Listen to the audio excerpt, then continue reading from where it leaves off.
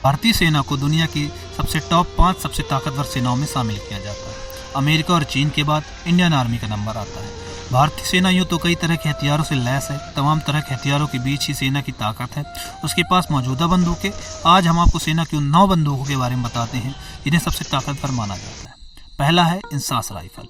INSAS rifle जिसका प्रयोग सेना के साथ ही साथ दूसरे सशस्त्र बल भी करते हैं। इस राइफल को AK-47 की तर्ज पर बनाया गया है।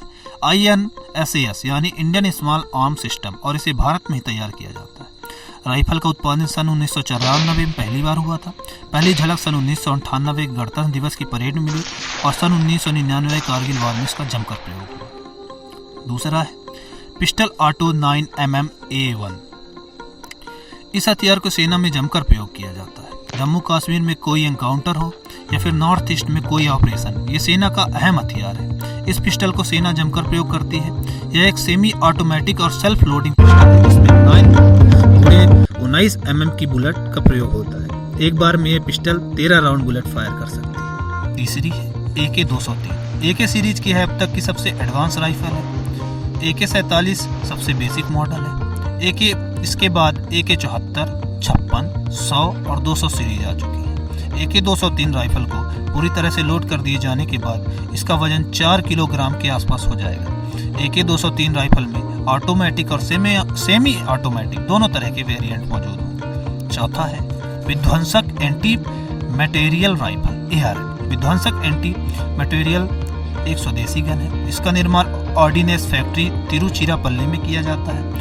यह 1800 मीटर की रेंज तक कवर करती है। इस राइफल का वजन 25 kg और लंबाई 1.7 मीटर है। इसे अमेरिका सेना का ARM राइफल की तर्ज पर निर्मित किया गया है। इसे साल 2005 से तैयार किया जा रहा है। जमा है रेगनोम SPD 59 स्नाइपर राइफल DSR। इस स्नाइपर राइफल का प्रयोग पहली बार शीत युद्ध के दौरान किया गया था। इस राइफल में 7.62 × 54 mm का कारतूस प्रयोग किया जाता है।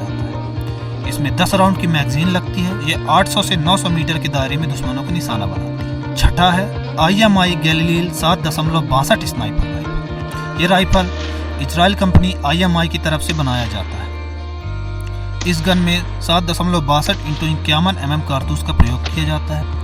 यह राइफल में 20 राउंड की मैगजीन लगती है। यह टैक्टिकल सपोर्ट कैटेगरी की राइफल मानी जाती है। भारतीय सेना के अलावा 25 से ज़्यादा देशों की सेना इसका प्रयोग कर रही है। यह इंडियन आर्मी में इसका सबसे ज़्यादा प्रयोग होता है। सातवां Mauser SP 66 sniper rifle. Mauser SP 66 sniper rifle Germany में निर्मित गन है। बोल्ट एक्शन स्नाइपर राइफल है। यह SP 66 का मॉडल है। आम नागरिकों द्वारा प्रयोग की जाने वाली गन की तरह यह हॉटिंग राइफल से मिलता जुलता है। यह 800 मीटर तक मार सकती है। इसका प्रयोग भारतीय सेना और स्पेशल आर्म्ड फोर्सेस करती है। आठवां है SAF कार्बाइन 2A1A सब मशीन। इसे साइलेंस गन के तौर पर माना जाता है। इस गन की फायरिंग के दौरान इसकी आवाज़ कम होती है। इसके बैरल में साइलेंसर लगा होता है। इस गन का निर्माण कानपुर की ऑर्डिनेंस फैक्ट्री में किया जाता है। यह वजन में काफ़ी हल्की होती है और इसकी विशेषताओं में ऑटोमेटिक फायरिंग सबसे ऊपर है। यह राइफल 1 मिनट में 150 राउंड की फायरिंग कर सकती है। इस राइफल को ज़्यादातर आतंकी हमलों का मुकाबला करने के लिए किया जाता है। नौवां है NSB हैवी मशीन गन। इस राइफल को भी रूस में तैयार किया गया है।